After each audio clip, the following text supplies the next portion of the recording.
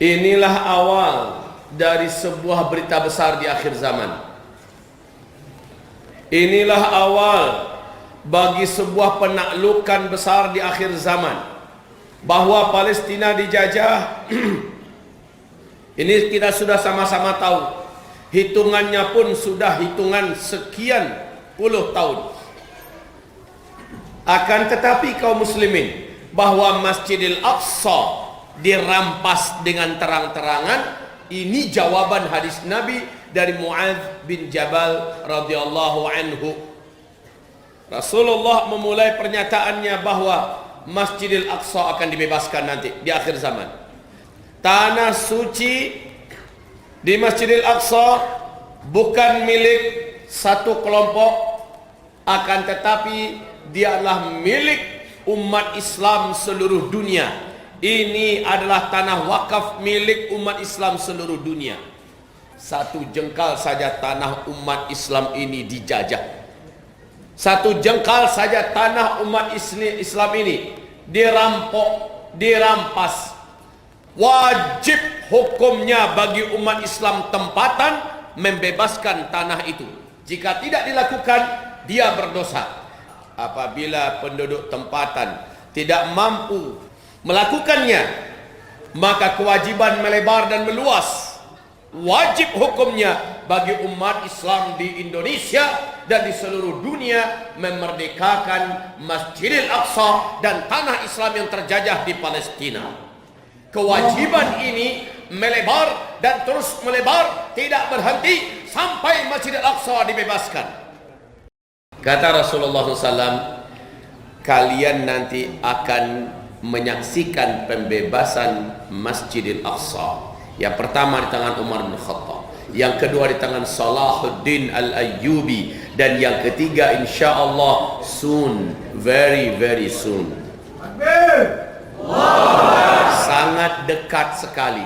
Syaratnya harus Al-Aqsa yang dicaplok, harus Al-Aqsa yang dijajah. Kalau Palestina yang dijajah, belum bergerak kita semua. Tapi kalau Al-Aqsa yang dirampok, Al-Aqsa yang dirampas, yang marah bukan hanya orang-orang beriman sedunia. Yang marah bukan hanya orang Islam, kaum muslimin, muslimat sedunia, tapi kaum Kristian juga marah. Yahudi-Yahudi yang bukan komunitas Zionis juga akan marah. Dan ini akan menjadikan posisi Amerika serta Yahudi Zionis akan terkucil, semakin dibenci, dan ini adalah awal kehancuran mereka. Toh setelah Al-Aqsa mereka jajah, kamu akan menaklukkan Al-Aqsa. Kamu akan menaklukkan Al-Aqsa. Sehingga subhanallah, semula saya berpikir macam mana caranya. Ini Rasulullah bersabda, kamu akan melakukan perjanjian damai dengan Rum nanti di akhir zaman. Rum yang dimaksud oleh para ulama ahli hadis adalah Amerika dan Eropa. Kamu akan melakukan perjanjian damai. Jika ada ungkapan perjanjian damai, maknanya ada perkelahian, ada perseteruan, ada perang, ada kegaduhan, konfrontasi antara umat Islam dengan Rum terlebih dahulu. Dan kaum muslimin, pengumuman ini menjadikan umat Islam satu bumi ini dipersatukan. Erdogan mengumumkan, Masjidil Aqsa adalah ambang batas kesabaran kami umat Islam. Jika Anda tidak menghentikan manuver-manuver Anda yang berkaitan dengan Al-Aqsa ini, kami akan melakukan sebuah gerakan yang akan Anda saksikan, yang kelak akan Anda sesali. Kaum muslimin yang kami muliakan, pernyataan Erdogan ini bukan pepesan kosong, sebab pernyataan ini bersambung betul dengan ayat Allah dalam Al-Quran Al-Isra, bahwa pada akhirnya Israel, pada akhirnya Yahudi, pada akhirnya bangsa kera dan babi ini akan kembali terusir hina dari Palestina di akhir zaman. Syaratnya apabila mereka menjajah Al-Aqsa. Palestina sekarang hanya punya 22% saja lagi daripada wilayah yang masih dikuasainya. 78% sudah dijajah secara total oleh bangsa kera dan babi. Keistimewaan tentang Palestina sudah dijanjikan oleh Rasulullah sallallahu alaihi wasallam, dan Rasul tidaklah berbicara dengan mulut. Rasulullah tidak berbicara menurut fikiran. Rasulullah tidak berbicara menurut insting dan perasaan. Rasulullah wa ma yantiqu 'anil hawa in huwa illa wahyu yuha. Semua yang dilafazkannya tidak ada dari dirinya, tetapi dari wahyu yang ditiupkan, yang diwahyukan kepadanya. Rasulullah sallallahu alaihi wasallam menyebutkan tentang Palestina di akhir zaman akan menjadi bumi jihad terbaik di akhir zaman. Apa sabda Rasulullah sallallahu alaihi wasallam tentang ini? Di dalam hadis diriwayatkan oleh Abu Daud, hadis diriwayatkan oleh Imam Ahmad, hadis diriwayatkan oleh Al-Hakim dari Abu Hurairah radhiyallahu anhu, Rasulullah sallallahu alaihi wasallam bersabda, "La tazalu ta'ifatun min ummati 'alal haqqi zahirin li'aduwwihim qahirin." Akan selalu ada satu kelompok dari umatku yang tampil berperang melawan musuh-musuhnya terang-terangan. Mereka tidak akan bisa dikalahkan dan mereka tidak akan pernah menyerah. Wala yadurruhum 'ala man khalafahum. Tidak sedikit pun upaya-upaya musuh ngapain juga ke mereka, memudaratkan mereka, kecuali hanya segelintir kecil rasa musibah yang tidak berarti bagi mereka. Insyaallah. Kemudian hatta ya'tiyahum amrullah wa hum kadzalik, sampai keputusan Allah datang. Apa keputusan Allah? Allah akan menangkan. Apa keputusan Allah? Allah akan tegakkan khilafah pada masa itu insyaallah taala. Kemudian para sahabat bertanya, qalu ya Rasulullah, wahai Rasulullah, wa ainahum? Wahai Rasulullah, di manakah mereka? Qal, Rasulullah menjawab, bi Baitil Maqdis. Mereka adalah di Baitul Maqdis. Masyaallah. Rasul menjamin kelompok yang tidak pernah menyerah, kelompok yang tidak pernah mundur, kelompok yang tidak pernah terkalahkan, kelompok yang tidak pernah berhenti dan akan selalu menghinakan musuh-musuhnya, akan selalu membuat kalah dan malu musuh-musuhnya, adanya di Baitul Maqdis. Rasulullah sallallahu alaihi wasallam bersabda bahwa sebaik-baik tempat berjihad di akhir zaman mereka adalah di Syam. Sebaik-baik tempat berjihad di akhir zaman adalah di Syam. Kaum muslimin yang kami muliakan, berikutnya yang kedua, Rasulullah sallallahu alaihi wasallam menyebutkan bahwa sesungguhnya Palestina akan menjadi tempat tegaknya khilafah Islam di akhir zaman. Masya Allah. Ibaratullah Ibnu Hawalah Al-Azdi ketika di dekat Rasulullah sallallahu alaihi wasallam berkata, kalian nanti akan kembali pulang tanpa membawa hasil apa-apa. Lalu para sahabat ternyata betul pulang dalam keadaan pucat. Pucat karena nggak membawa apa-apa. Mereka kelaparan. Lalu Nabi mendoakan mereka dengan doa yang panjang. Terakhir Rasulullah sallallahu alaihi wasallam berkata, wahai Ibnu Hawalah, dengarin baik-baik ya. Jika engkau nanti mulai melihat khilafah Islamiyah nanti muncul di Baitul Maqdis, jika engkau menyaksikan kelak khilafah Islamiyah nanti muncul di Baitul Maqdis, hai Ibnu Hawalah, segeralah engkau datang berbondong-bondong ke sana. Ini sebelum Imam Mahdi keluar. Berarti akan muncul terlebih dahulu kekhalifahan sebelum Imam Mahdi.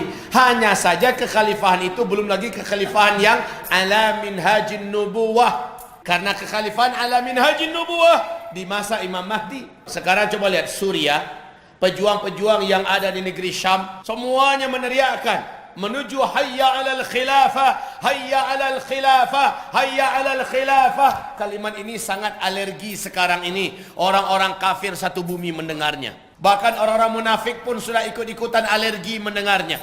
Bahkan sudah ada seruan-seruan anti khilafah, anti khilafah.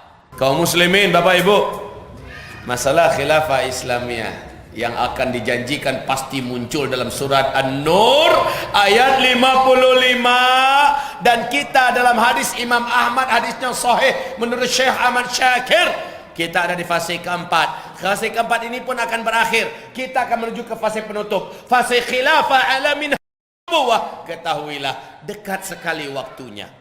Khilafah Islamiyah pasti. Dan tempatnya dijanjikan di Palestina. Masya Allah. Tempatnya dijanjikan di Palestina. Jadi kalau kita bertanya sekarang, kenapa kita harus peduli dengan Palestina? Kenapa kita harus ikut berjuang bersama Palestina? Walaupun badan kita di sini, tetapi hati kita bersama mereka. Fikiran kita dengan mereka, roh dan jiwa kita insya Allah menyatu dengan mereka. Pencarian kita di sini bahagian untuk perjuangan di sana. Ini adalah tekad kita. Kenapa? Rasul sallallahu alaihi wasallam menyebutkan keutamaan berikutnya tentang Palestina ini. Di samping dia menjadi negeri khilafah di akhir zaman, Nabi mengatakan orang-orang terbaik di akhir zaman akan bergabung ke Palestina. Yang ketiga, Palestina akan menjadi tempat hijrah terbaik di muka bumi ini. Masya Allah. Kalau sudah tegak khilafah, barulah berbondong-bondong orang-orang beriman di muka bumi datang ke Palestina, hijrah di sana. Palestina sekarang kaum muslimin, penduduknya asli itu tidak seberapa yang masih tinggal di sana.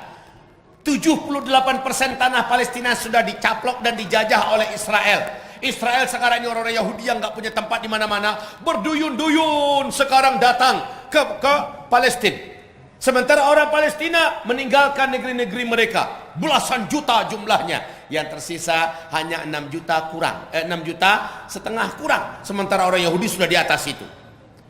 Nanti akan penuh kembali. Siapa yang memenuhkannya? Orang-orang beriman yang berdatangan seluruh dunia. Dan itu waktunya dekat sekali insyaallah ta'ala. Takbir! Siapa yang mengatakan dekat? Intelijen Amerika Serikat, CIA. Mereka yang mengatakan. Intelijen Rusia, KGB Rusia. Mereka yang menyatakan. NIC yang digelar di acaranya di Amerika. 15 intelijen negara-negara besar dunia. Berpadu dan bersatu mereka merumuskan siapa pemimpin dunia masa yang akan datang. Hampir bulat suara mereka mengatakan khilafah Islamiyah. Dan mereka membaca ayat pasti. Mereka membaca hadis pasti. Karena Allah sendiri mengumumkan Yahudi Nasrani itu benar-benar percaya kepada engkau hai Muhammad. Benar-benar beriman kepada engkau hai Muhammad. Hanya kedengkian mereka lah yang menjadikan mereka tidak mau menyatakan keislaman. Mereka baca ayat. Mereka baca hadis Nabi, dan mereka dapat meyakinkan diri mereka bahwa ke depan pemimpin dunia akan kembali di tangan khilafah Islamiyah, tempatnya di Palestina. Umranul Quds, kharabu Yathrib. Makmurnya Al-Quds kembali. Makmurnya Al-Quds kembali. Makmur dalam artian apa? Al-Quds dibebaskan, khilafah Islamiyah diumumkan di sana, kemudian mulai kekuatan umat menyatu di sana. Ibarat Allah yang kami muliakan, saat itu Madinah mengalami kekacauan. Madinah Al-Munawwarah mengalami keributan, mengalami kekisruhan dan pembunuhan.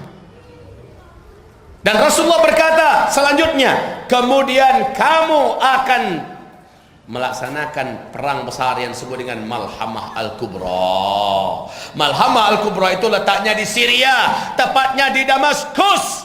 Malhamah Al-Kubra berarti setelah tegak khilafah Islamiyah baru Malhamah Kubra. Rasul mengatakan dalam Malhamah Al-Kubra itu orang-orang Rum ada di bawah 80 bendera. Tiap satu bendera ada 12.000 pasukan-pasukan terlatih dengan pedang-pedang, kemampuan berpedang, kemampuan memanah, kemampuan menombak, dan kemampuan bela diri mereka dalam perang yang luar biasa. Belum pernah ada generasi sebelumnya sehebat mereka, tapi mereka dikalahkan oleh umat Islam ketika itu. Masya Allah.